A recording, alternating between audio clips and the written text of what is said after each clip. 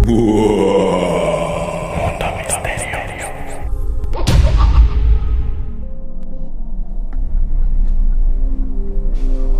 November 5th, 2003, all doubt of Ridgway's guilt was erased. He pleaded guilty to the murders of 48 women.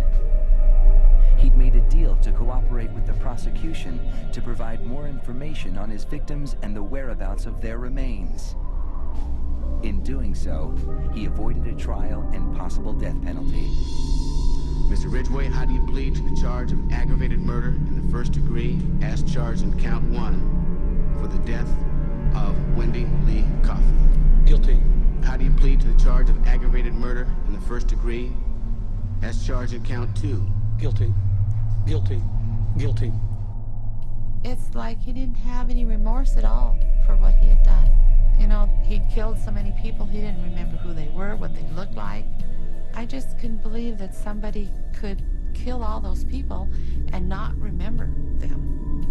Neither could the angry relatives of his victims, who were invited to speak in court when Ridgway was sentenced to life without parole on December 18th, 2003. You had said your memory, when it comes to all of the women you took, was gone. Our memory is not. In your words, you said that they didn't mean anything to you, but she meant everything to us. She was a mother, she was a wife, she was a sister, and we miss her.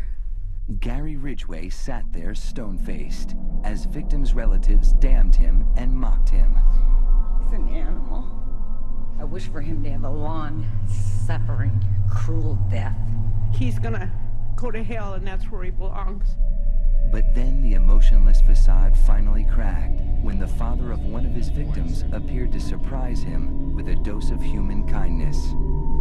Mr. Ridgway, there are people here that hate you. I'm not one of them.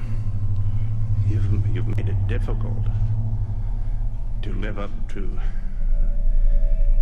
what I believe, and it is what God says to do, and that's to forgive. You are forgiven, sir.